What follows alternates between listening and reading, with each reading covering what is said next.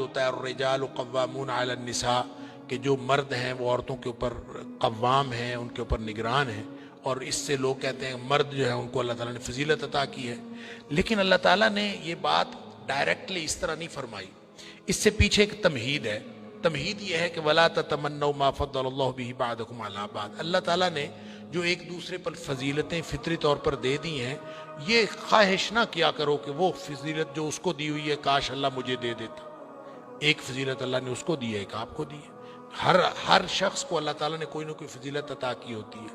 کسی کو اللہ تعالیٰ نے زبان و بیان عطا کیا ہے تو کسی دوسرے کو عقل اچھی دی ہوئی ہے. کسی کو اللہ نے کوئی خوبی دی ہے، کسی کو کوئی خوبی دی ہے. تو یہ کہنا کہ مجھے وہ خوبی مل جائے، نہیں. جو خوبی اللہ تعالیٰ نے دی ہے وہ آپ کا امتحان ہے، جو اس کو دی ہے وہ اس کا امتحان. سادہ سی بات.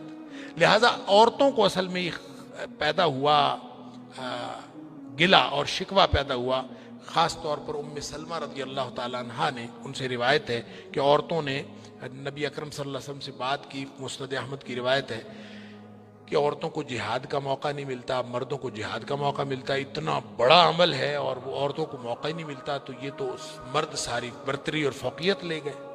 اللہ تعالیٰ نے اس کے جواب میں یہ آیت نازل فرمائی وَلَا تَتَمَنَّوْا مَا فَضَّلَ اللَّهُ بِهِ بَعْضَكُمْ عَلَىٰ بَعْضٍ. اللہ تعالیٰ نے فطری طور پر اگر کسی کو فضیلت اور فوقیت دے دی ہے تو اس کے لیے تمنا نہ کرو کہ یہ مجھے کیوں نہیں ملی.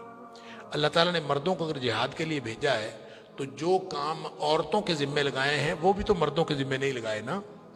بعض کاموں میں مردوں کو فضیلت ہے، بعض میں عورتوں کو فضیلت ہے. اللہ اکبر. گھر کے اندر اگر عورت رہتی ہے، دیکھیں کتنا بڑا پیکج ہے کہ نبی کریم صلی اللہ علیہ وسلم نے فرمایا ایک عورت جو خامد کی فرما برداری کرتی ہے، 5 وقت نماز پڑھتی ہے، سال بعد رمضان کے روزے رکھتی ہے اور اپنی عزت کی حفاظت کرتی ہے. 4 باتیں: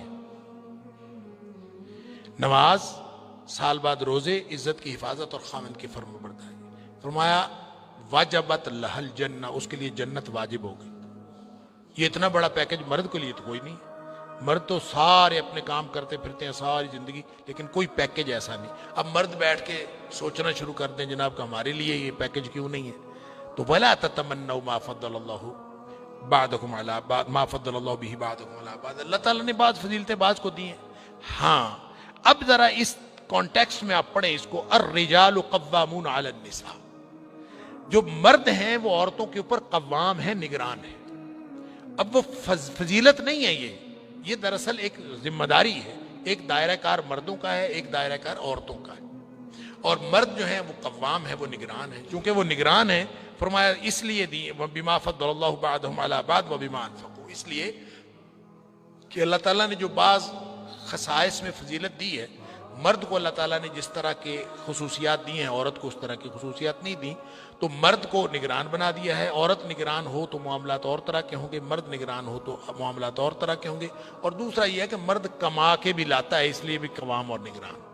اور حدیث میں آتا ہے کلکم راع وکلکم مسئول عن رعیتہ، تم میں سے ہر شخص جو ہے وہ نگہبان ہے اور اس کی راج دہانی کے بارے میں اس سے سوال کیا جائے گا. اس میں فرمایا والرجل راع فی بیتہ، جو مرد ہے وہ اپنے گھر کا اوورال نگران ہے.